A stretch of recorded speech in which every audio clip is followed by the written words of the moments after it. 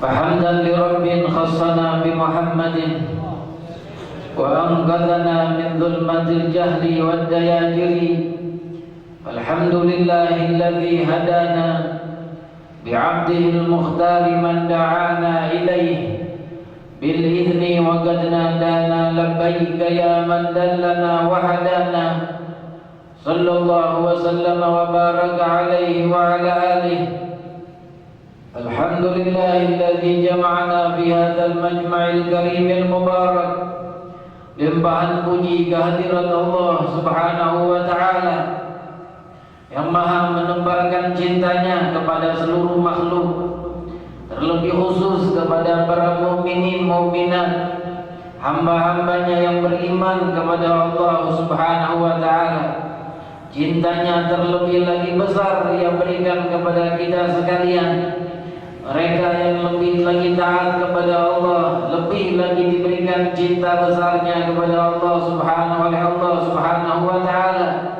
Dan terus cinta itu berlangsung dan berlanjut hari demi hari sampai datang hari wafatnya, sampai datang hari pertemuannya, pertemuan yang dinanti-nantikannya sepanjang hidupnya. Maka Rasul pun bersabda dalam hadis, "Idza habballahu 'abdan." Maka Rasul pun bersabda di dalam hadis, sungguh seorang itu akan senang bertemu dengan Allah ketika Allah telah senang bertemu dengannya, dan sungguh ia benci bertemu dengan Allah ketika Allah telah benci bertemu dengannya. Dan cinta Allah itu datang kepada diri seseorang hamba ketika pertama ia beriman kepada Allah dan berkembang dan tumbuh imanan itu berbairingan dengan cintanya kepada Allah Subhanahu wa Ta'ala, yang ia ungkapkan dalam ibadahnya, yang ia ungkapkan dalam sujudnya, yang ia ungkapkan di dalam zikirnya, yang ia ungkapkan di dalam pembacaannya dalam Al-Quran, yang ia ungkapkan di dalam salawatnya kepada Sayyidina Muhammad sallallahu alaihi wasallam. Kalau Allah Ta'ala tidak cinta kepada seorang, niscaya ia tidak biarkan hambanya itu membaca Qurannya, niscaya ia tidak biarkan hambanya untuk berzikir menyebut namanya, niscaya ia tidak akan biarkan hambanya berdiri lama-lama di hadapannya melaksanakan sholat, atau ia biarkan hambanya membiarkan dirinya lapar dalam berpuasa, dan seterusnya. Setiap ibadah yang kita laksanakan di hadapan Allah, di situ mengandung makna cinta Rabbul Alamin. Semoga aku dan kalian terus dicintai Allah dalam dunia wal akhirah. Amin ya rabbal alamin. Hadirin hadirat yang dimuliakan Allah, cinta yang ada di dalam dada dan jiwa kaum muslimin merupakan fondasi terkuat di dalam tegaknya dakwah Sayyidina Muhammad. Dan umur cinta ini, umur cinta umat terhadap Rasul ini bahkan seumur dengan diutusnya Rasulullah sallallahu alaihi wasallam sampai akhir zaman, sampai datang yaumul qiyamah, hancur dunia, dan cinta umat Rasul kekal sampai yaumul qiyamah dan kekal sampai hari akhirat. Dan akan dibuktikan oleh Allah bagaimana besarnya cinta beliau sebagai Rasul yang Allah sebutkan rahmatan lil alamin, dan bagaimana besarnya cinta umat di yaumil qiyamah ketika datang semua umat kepada para nabi-nabi dan rasul, dan datang umatnya Rasulullah kepada Nabi Muhammad sallallahu alaihi wasallam. Ini cinta dan ini mahabbah, fondasi terkuat di dalam agama kita dan fondasi terkuat di dalam dakwah. Tidak akan tegak dakwah seseorang kalau dakwah itu kosong dari cinta satu dengan yang lainnya. Jika dakwah itu kosong dari cinta kepada Rasulullah sallallahu alaihi wasallam dan kepada Allah Rabbul Alamin. Dari itu kita lihat bagaimana amalan yang diamalkan oleh Rasul sallallahu alaihi wasallam dari awal beliau hijrah ke Mekah, dari Mekah menuju Madinah, dan kemudian beberapa saat tinggal di Madinah, ia sudah persaudarakan satu muhajirin dengan satu yang lainnya dari kalangan Ansar. Ia persaudarakan Sayyidina Umar dengan salah seorang dari kalangan Ansar. Ia persaudarakan Sayyidina Ali dengan salah seorang dengan Rasulullah sallallahu alaihi wasallam. Ia persaudarakan Sayyidina Hamzah, Sayyidina Abu Bakar dengan seseorang dari kalangan Ansar. Maka disebutkan oleh para ulama, sebutkan dalam kitab Subulul Huda war Rasyad, 50 dari kalangan muhajirin, setiap satu dari mereka dipersaudarakan dengan 50 dari kalangan Ansar. Nampak cinta satu dengan yang lainnya di kalangan sahabat. Ketika dipersaudarakan Sayyidina Abdurrahman bin Auf dari kalangan muhajirin dengan Sayyidina Sa'ad bin Rabi dari kalangan Ansar. Datang Sayyidina Sa'ad bin Rabi kepada Sayyidina Abdurrahman bin Auf setelah dipersaudarakan oleh Rasulullah. Keduanya ini beliau berkata kepada Sayyidina Abdurrahman bin Auf, "Wahai akhi Abdurrahman, wahai saudaraku Abdurrahman, sungguh aku ini adalah orang yang paling di antara orang yang paling banyak hartanya di Madinah. Jika engkau ingin, aku akan bagi hartaku menjadi dua dan aku berikan setengahnya untukmu dan setengahnya untukku. Wahai akhi, wahai saudaraku Abdurrahman, aku mempunyai 4 orang istri. Jikalau engkau ingin, pilih salah satu dari istriku yang ada, lalu aku akan ceraikan. Kemudian jikalau sudah halal, maka engkau dapat menikahinya." Cinta Sayyidina Sa'ad bin Rabi nampak dalam diri beliau terhadap saudaranya yang baru saja dipersaudarakan oleh Rasul, yaitu Sayyidina Abdurrahman bin Auf. Tapi ketika Sayyidina Abdurrahman bin Auf ditawarkan demikian, ia pun mengetahui bagaimana dirinya, dan ia pun tahu aturan kehidupannya dalam negeri Madinah sebagai seorang pendatang dan sebagai seorang muhajirin yang hijrah dari Mekah ke Madinatul Munawwarah. Ia katakan kepada saudaranya Sayyidina Sa'ad bin Rabi, walaupun kesungguhan Sayyidina Sa'ad bin Rabi bukanlah tidak akan dilakukan.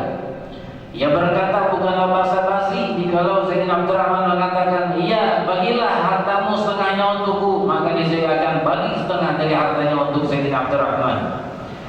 Jikalau Sayyidina Abdurrahman mau, ia akan mengatakan, "Ya, aku ingin istrimu yang fulanah," maka dengan sekadar menunjuknya, maka pasti Sayyidina Sa'ad bin Rabi akan menceraikan istri yang diinginkan oleh saudaranya Sayyidina Abdurrahman. Lalu kemudian setelah halal, setelah selesai iddahnya, maka akan dinikahkan oleh Sayyidina Abdurrahman, dan itu tidak akan ragu, akan timbul dan akan keluar dari ucapan Sayyidina Sa'ad bin Rabi. Dia akan ceraikan istri yang ditunjuk oleh Sayyidina Abdurrahman, lalu supaya dimiliki oleh Sayyidina Abdurrahman bin Auf. Tapi Sayyidina Abdurrahman tahu diri. Mengatakan kepada saudaranya Sayyidina Sa'ad bin Rabi, "Wahai saudaraku, aku tidak memerlukan itu semuanya, tapi tunjukkan kepadaku mana pasar." Tapi tunjukkan pasar di sebelah sana. Datang beliau ke pasar, ngapain? Berdagang. Beliau orang sahabat yang mempunyai keahlian begitu kuat di dalam dagang, dalam bisnis. Maka berdagang Sayyidina Abdurrahman bin Auf dari modal yang begitu sedikit, kemudian menjadi besar, bahkan beliau benar-benar termasuk dalam kalangan orang-orang kaya dari kalangan para sahabat Rasulullah Sallallahu Alaihi Wasallam. Padahal waktu datang ke Madinatul Munawwarah seperti sahabat yang lain, datang tidak banyak membawa barang, tidak banyak membawa harta. Bahkan banyak di antara para sahabat yang hijrah dari Mekah ke Madinah tidak ada yang dibawanya kecuali pakaian yang di badannya. Lain itu tidak. Hadirin hadirat yang dimuliakan Allah, begitu cinta ini tumbuh dari generasi pertama yang dididik langsung oleh Sayyidina Muhammad Sallallahu Alaihi Wasallam, dan begitu berlanjut terus bahkan setelah Rasulullah wafat. Cinta mereka satu dengan yang lain dan mahabbah mereka satu dengan yang lain tidak akan meredup, tidak padam. Dan Sayyidina Umar bin Khattab di waktu beliau menjadi khalifah telah menguji kecintaan para sahabat satu dengan yang lainnya, dan beliau dapatkan ternyata cinta mereka itu terus menyala dan terus bersinar dan terus menyebar dari satu kepada yang lain. Sayyidina Umar bin Khattab radhiyallahu ta'ala anhu memanggil salah satu budak pelayannya, dia berikan ketika beliau jadi khalifah, dia berikan 400 dinar di dalam satu kantong. Kata Sayyidina Umar bin Khattab, ini bawa dan berikan Sayyidina Ubaidillah bin Jarrah, berikan kepada Sayyidina Ubaidillah bin Jarrah. Kalau engkau sudah berikan kepadanya, katakan ini dari Amirul Mukminin Umar bin Khattab, dan belanjakanlah di kebutuhan dan hajatmu. Lalu kalau engkau sudah berikan untuk uang, jangan pergi buru-buru, tinggallah beberapa saat di rumahnya dan perhatikan apa yang dilakukan dan diperbuat dengan uang itu. Lalu pelayan budaknya ini pun pergi membawa sekantong uang berisi 400 dinar. Berapa 400 dinar? 1 dinarnya itu 4 gram lebih dikit. 1 gramnya itu kalau sekarang hitungan 500 ribu. Artinya 1 dinar, 1 keping dinar itu kurang lebih 500 kali 4 2 juta. 2 juta kali 400 kan 400 keping. 2 juta kali 400 berapa? Nah, 800 juta, hampir 1 miliar dalam satu kantong, dibawa oleh pelayan Sayyidina Umar bin Khattab. Lalu untuk pintu rumahnya Sayyidina Ubaidillah bin Jarrah, Assalamualaikum, waalaikumsalam, diterima oleh Sayyidina Ubaidillah bin Jarrah. Kemudian disampaikan ini kantong uang dari Amirul Mukminin. Kata beliau, salam dari beliau, dan beliau berkata, belanjakan ini untuk kebutuhanmu dan hajat-hajatmu. Diterima oleh Sayyidina Ubaidillah bin Jarrah, dan sebagaimana pesan Sayyidina Umar, Khalifah Rasulullah Amirul Mukminin, dia tidak pergi langsung, duduk di rumah Sayyidina Ubaidillah bin Jarrah. Lalu Sayyidina Ubaidillah pun mengambil pelayan, manggil pelayannya, budak. Dikatakan kepada budaknya, dikeluarkan 5 keping emas, 5 keping 5 dinar. Ini berikan kepada fulan. Lalu sudah kembali, diambil 4 keping dinar. Ini berikan kepada fulan. Sudah kembali, ambil lagi beberapa keping dinar. Ini berikan kepada si fulan, sampai semuanya habis. 800 juta dalam satu majelis habis diinfakkan kepada kaum muslimin muslimat. 400 dinar, 400 keping emas. Lalu pulang budak itu setelah menyaksikan apa yang dilakukan oleh Sayyidina Ubaidillah bin Jarrah, melapor kepada Sayyidina Umar.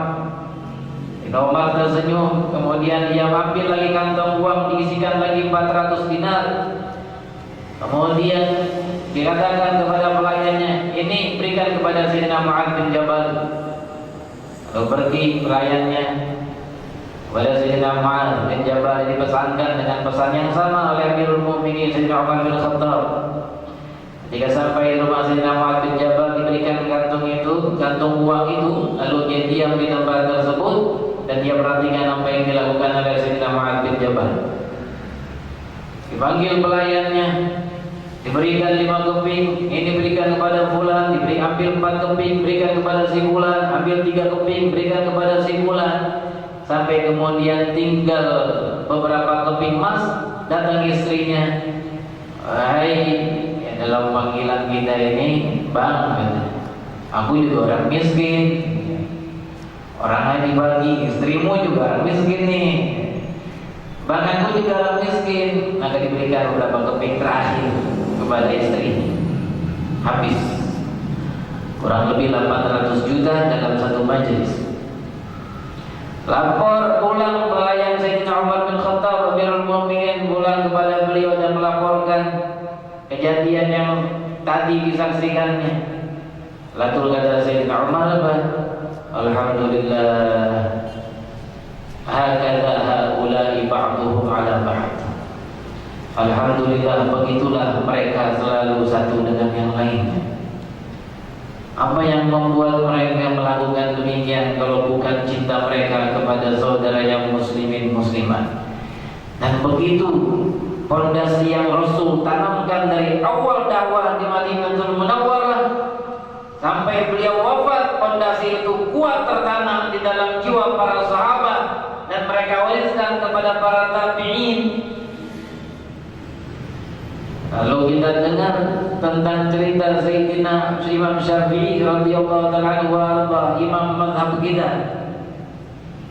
Ketika beliau masuk ke tempat tukang cukur. Ngapain masuk ke tempat tukang cukur Imam Syafi'i? Mau cukur, masuk makan somai, mau cukur. Lalu Imam Syafi'i ini kan terkenal di zaman beliau pun orang tahu bahwa Imam Syafi'i orang miskin, nggak banyak uang. Kenapa? Karena uangnya kalaupun dia punya dapat uang banyak, disebut diberikan infakkan kepada yang lain. Lalu tukang cukur ini nggak ada pelanggan yang datang, Imam Syafi'i datang langsung diberi silakan duduk. Dan dia pun mencukur rambut Imam Syafi'i. Baru dicukur sebelah, yang sebelah kanan dicukur, yang sebelahnya masih banyak rambutnya belum disentuh. Datang ke dalam tempat tukang cukur itu orang kaya. Lalu melihat yang datang orang kaya, orang bangsawan terhormat, silakan tuan duduk. Ditinggal Imam Syafi'i, kepala yang satu botak, kepala yang satunya masih ada rambutnya. Kenapa dilayani itu ditinggal Imam Syafi'i, orang kaya? Imam Syafi'i seorang yang begitu sangat santun, tidak bekas marah. Beliau pun diam tersenyum. Maka dia menunggu gilirannya untuk dicukur lagi, biar itu tukang cukur melayani pelanggan yang satu yang baru datang. Di waktu beliau menunggu, jadi saat orang itu sedang melayani dan mencukur orang kaya tadi yang datang belakangan, tiba-tiba lewat orang kaya yang lain di tempat tukang cukur itu, dan rupanya orang kaya itu kenal dengan Imam Syafi'i dan itu orang soleh dan orang yang dermawan. Lalu ketika melihat Imam Syafi'i ada di dalam tukang cukur, lalu dia kemudian masuk ke dalam tukang cukur dan dia bersalaman dengan Imam Syafi'i, senang ketemu Imam Syafi'i, dan langsung kemudian dia berikan sedekahnya. Maka kantong uang diberikan kepada Imam Syafi'i. Hadiah untukmu wahai Imam. Kata Imam Syafi'i, terima kasih. Kata Imam Syafi'i, tapi aku sekarang lagi tidak membutuhkan ini. Kau berikan kepada tukang cukur itu. Kau berikan kepada tukang cukur itu. Sekantong uang penuh, kantong penuh dengan uang diberikan kepada tukang cukur itu oleh orang kaya yang mencintai Imam Syafi'i ini. Sampai kemudian dia menerimanya maklumat. Berharap dia mendahulukan orang kaya yang datang belakang untuk dapat uang lebih banyak, tapi ternyata Imam Syafi'i memberikan lebih banyak dari orang yang tadi.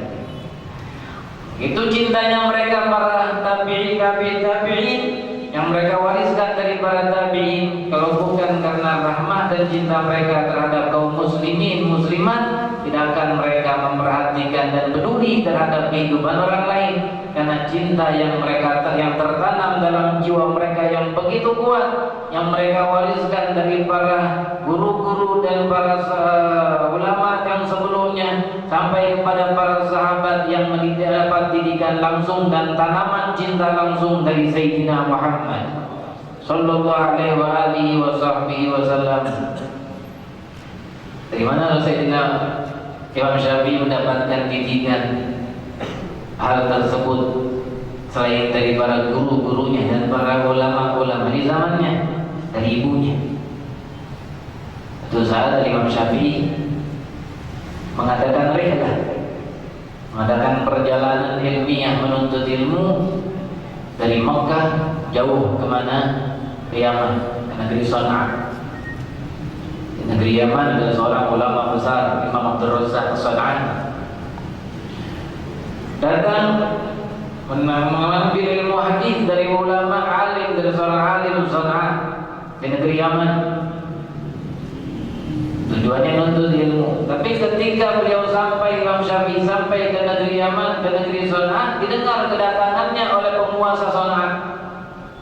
Penguasa negeri Sana'a mendengar Imam Syafi'i datang, senang dengan kedatangan seorang yang sangat alim dan terkenal dengan ilmunya dan seorang yang sangat saleh. Lalu dipanggil oleh Imam Syafi'i oleh penguasa itu dan dijamu di rumahnya, diberikan hadiah uang yang begitu banyak. Penguasa. Lalu setelah hajat beliau menuntut ilmu di negeri Yaman, di negeri Sana'a selesai, pulang Imam Syafi'i. Apa yang dilakukan dengan pemberian uang, dengan uang yang diberikan beliau dapat dari pemberian penguasa Sana'a? Di tengah jalan diinfakkan sampai perbatasan kota Mekah, mendekati perbatasan kota Mekah, semua uang sudah habis. Diinfakkan oleh Imam Syafi'i rahimahullah ta'ala. Lalu beliau sampai ke rumahnya, cium tangan dengan orang tuanya setelah mengucapkan salam. Lalu orang tuanya, ibunya tanya kepada Imam Syafi'i, "Gimana perjalananmu kali ini?" Dicerita dengan pertemuannya dengan seorang alim di negeri Sana'a, dan dia cerita juga tentang pertemuannya dengan penguasa Sana'a dan uang-uang yang diberikan oleh penguasa Sana'a. Kata ibunya, ketika dia dengar bahwa Imam Syafi'i dapat uang dari penguasa Sana'a, ini pelajaran buat semua orang tua dan ibu, bagaimana mendidik anaknya. Kata ibunya kepada Imam Syafi'i setelah mendengar bahwa Imam Syafi'i mendapatkan banyak uang dari penguasa Sana'a, kata ibunya, "Apakah ada tersisa uang pemberian penguasa Sana'a sekarang?" Kata Imam Syafi'i, "Wahai ibunda, tidak ada yang tersisa satu keping pun. Sudah kuinfakkan semuanya di perjalanan." Apa kata ibundanya? "Demi Allah, kalau masih ada satu keping pun tersisa dari pemberian itu, engkau tidak boleh masuk ke dalam rumah." Kalau ada satu keping tersisa, engkau tidak boleh masuk ke dalam rumah. Harus dikeluarkan semua jadi infakkan. Begitu seorang ibu mendidik anak sehingga besarlah Imam Syafi'i menjadi Imam Syafi'i. Dan tidaklah beliau berlaku demikian melainkan karena kepedulian beliau kepada umat Rasul, kepada kehidupan kaum muslimin muslimat yang lain. Beliau tahu ada yang lebih butuh dan lebih perlu dengan uang-uang itu daripada dirinya. Kita dengar tentang ayat Al-Quran yang Allah Ta'ala turunkan kepada Rasulullah sallallahu alaihi wasallam, "Yu'thuna 'ala anfusihim walau kana bihim khasasah." Allah dan mereka itu para sahabat, para kaum Ansar, yu'thiruna 'ala anfusihim, mereka lebih mengutamakan para kaum sahabat yang lain dari kalangan Muhajirin daripada diri mereka sendiri itu kalangan Ansar, walau kana bihim khasasah, walaupun mereka sendiri itu kaum Ansar memiliki hajat dan kebutuhan. Ayat ini turun karena beberapa sebab. Di antaranya disebutkan bahwa ada seorang Ansor menerima pemberian dari salah seorang tetangganya, sedekah. Apa sedekahnya? Bentuknya sedekah itu kepala kambing seekor kepala kambing. Lalu ketika salah seorang Ansor ini mendapatkan hadiah itu, diterima hadiahnya, tapi kemudian dia berkata kepada orang yang memberikannya, itu si fulan tetangga kita lebih berhajat daripada aku, lebih baik engkau berikan kepadanya. Maka orang ini pun pergi kepada tetangga yang ditunjukkan. Lalu ketika tutup pintu ketemu dengan tetangganya dan keluar, diberikan ini kepala kambing hadiah dariku. Setelah diterima, dikatakan, itu si fulan tetangga kita lebih berhajat daripada aku, berikanlah ini kepadanya. Lalu dia datang kepada tetangganya yang lain yang ditunjukkan, ketuk pintu, kemudian ketemu, ini hadiah kepala kambing dariku untukmu. Ketika diterima, dia katakan, itu tetangga kita si fulan lebih perlu daripada saya, berikanlah. 7 rumah gitar yang setiap yang satu berkata kepada yang lain dengan perkataan yang sama, sampai kepala kambing itu kembali kepada rumah yang pertama. Maka turun ayat dari Allah Ta'ala, wa yu'thiruna ala anfusihim walau kana bihim khasasah. Ada salah seorang sahabat dalam perang Yarmuk, Sayyidina apa namanya saya lupa. Beliau di dalam perang Yarmuk, setelah usai perang Yarmuk, beliau cari sepupunya, anak dari pamannya. Beliau punya minuman yang masih tersisa dari persediaannya. Dia mengharapkan dia menemukan paman yang dicari, anak pamannya, sepupu yang dicari-carinya. Sehingga kalau membutuhkan air, dia akan memberikan air. Kalau di dalam keadaan sekarat atau dalam keadaan kesakitan karena luka-luka bekas sebab perang, dicari jasadnya ke sana kemari, kemudian ditemukan. Disebutkan namanya Fulan bin Fulan. Lalu ketika sudah ditemukan, dia ingin memberikan minuman. Engkau haus? Ya, aku haus. Diberikan minuman. Ketika minuman itu mau ditumpahkan ke mulutnya, ya, dia mendengar suara yang lain merintih. Dia hentikan, dia tidak jadi minum, dan dia katakan, itu Fulan lebih membutuhkan air ini daripada diriku. Maka dia pun datang ke tempat suara berasal, ditemukan Hisham bin Abdul Malik. Lalu diberikan minuman. Ketika dia akan minum minuman yang disuguhkan, baru saja mau mendengarnya, tiba-tiba mendengar suara dari tempat yang lain. Kata Hisham ini, itu si Fulan lebih butuh dengan air ini daripada aku, maka pergilah ke sana. Maka dia pergi kepada orang yang ketiga. Lalu ketika dia baru mau mendekati tempat orang yang ketiga yang terakhir merintih, di tempat didapatkan bahwa orang yang ketiga sudah wafat. Yang kembali kepada anak pamannya, kepada sepupunya yang pertama kali dia ingin berikan air, sepupunya pun sudah wafat. Dia kembali kepada tempat orang yang kedua pun sudah wafat semuanya, karena lebih mengutamakan orang lain daripada dirinya. Maka Allah Ta'ala turunkan ayat, wa yu'thiruna ala anfusihim walau kana bihim khasasah. Begini cinta para sahabat, cinta para tabi'in, cinta para tabi'in satu dengan yang lain, dan kepedulian mereka satu dengan yang lain menggambarkan satu kehidupan yang sangat menakjubkan. Seakan-akan mereka itu bukan manusia, seakan-akan mereka malaikat, bahkan mereka lebih mulia daripada malaikat. Malaikat tidak diganggu oleh nafsu, tidak diganggu oleh iblis, tidak diganggu oleh setan, tidak diganggu oleh dunia. Tapi mereka manusia diganggu oleh setan dan dunia, dibisikkan oleh bisikan iblis, diganggu oleh hawa nafsu. Tapi mereka dengan berkat didikan Rasul sallallahu alaihi wasallam, dunia nampak jelas dalam pandangan mereka bahwa dunia adalah sesuatu yang tidak ada apa-apanya dibandingkan negeri akhirat. maka mereka pun lebih memilih negeri akhirat daripada dunia. Ini hasil dari didikan Sayyidina Muhammad. Komunitas yang langsung dibentuk oleh Sayyidina Muhammad. Maka benarlah Allah Ta'ala ketika mengatakan, kama arsalna fikum rasulan minkum yatlu alaikum ayatina wa yuzakkikum wa yu'allimukumul kitaba wal hikmah wa yuzakkikum, kata Allah dalam Al-Quran.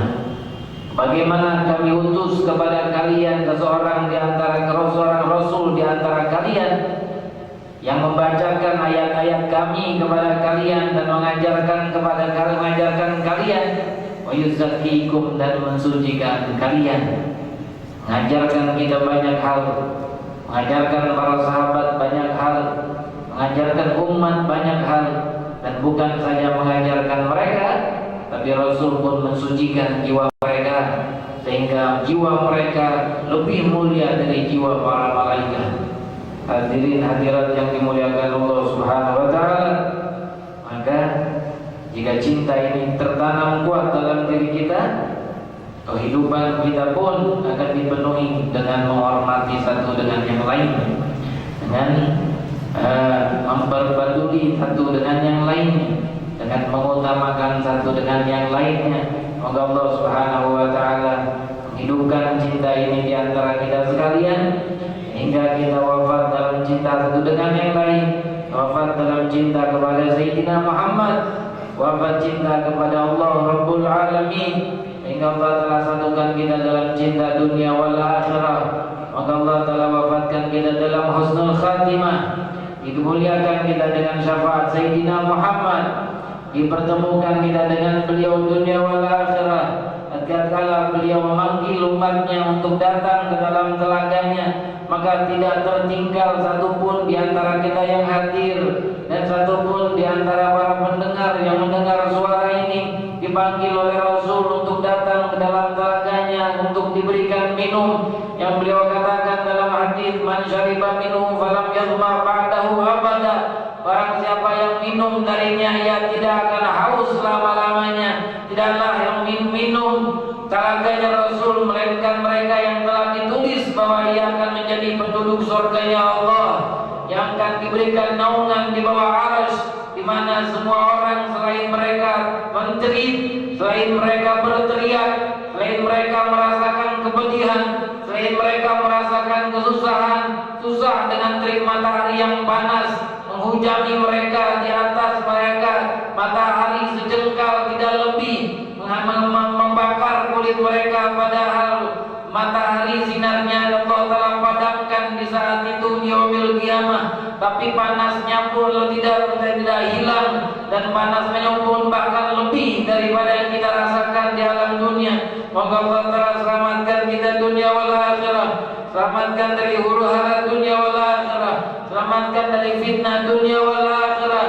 selamatkan dari fitnah kubur dan fitnah alam barzakh, ketika semua orang yang jauh dari Allah dihimpit dengan himpitan kubur, dan difitnah dan diuji dengan ujian kubur, ditanya dengan pertanyaan yang mereka tidak bisa jawab. Tapi datang hari ketika kita kembali kepada Allah, dibaringkan di dalam liang lahat kita oleh orang-orang yang mencintai kita, dan kemudian dipenuhi kubur kita dengan tanah-tanah, dan mereka meninggalkan kita dan kita sendiri di dalam alam yang penuh dengan kegelapan. Kalau bukan cahaya dari yang timbul dari amal soleh, ketika ditanya oleh para malaikat, lalu Allah Ta'ala gerakan lisan ini dengan iman, gerakan lisan ini dengan syahadat, gerakan lisan ini dengan cahaya Quran. Semoga kita diselamatkan dunia wal akhirah. Amin ya rabbal alamin. Kita bermunajat kepada Allah, membasahi lidah ini yang sepanjang hari ini tidak dibasahi dengan zikir kecuali sedikit, tidak dibasahi dengan salawat kecuali sedikit, tidak dibasahi dengan lafaz Allah kecuali sedikit, tidak dibasahi dengan tasbih kecuali sedikit, tidak dibasahi dengan tahmid kecuali sedikit. Semoga yang sedikit ini membawa keberkahan dunia wal akhirah. Aqulu jami'an ya Allah, ya Allah, ya Allah, ya Allah, ya Allah, ya Allah, ya Allah, ya Allah.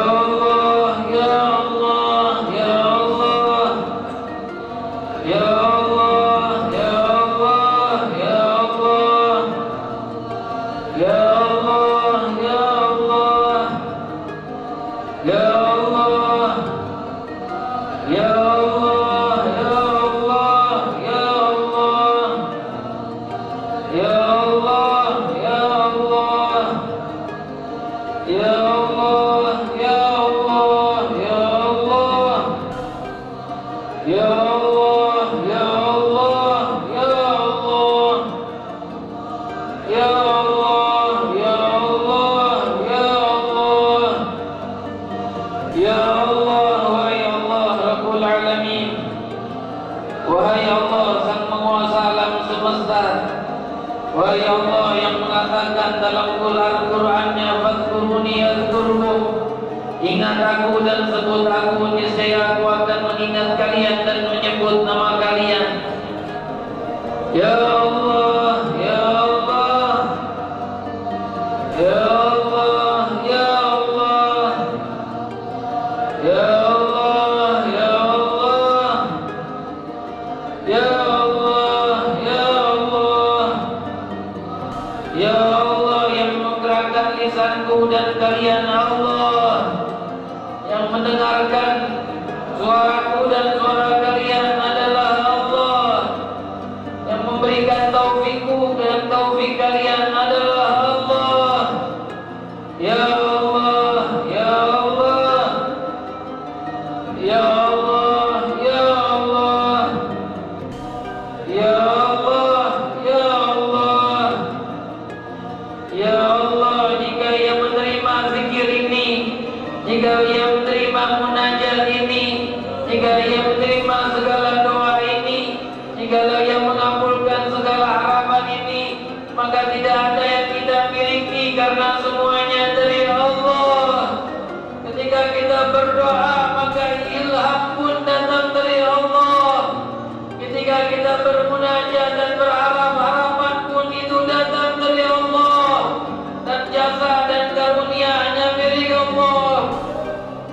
Ya Allah, ya Allah, ya Allah, ya Allah, ya Allah, ya Allah, ya Allah, ya Allah, ya Allah, ya Allah. Sungguh mulia Rabbul Alamin.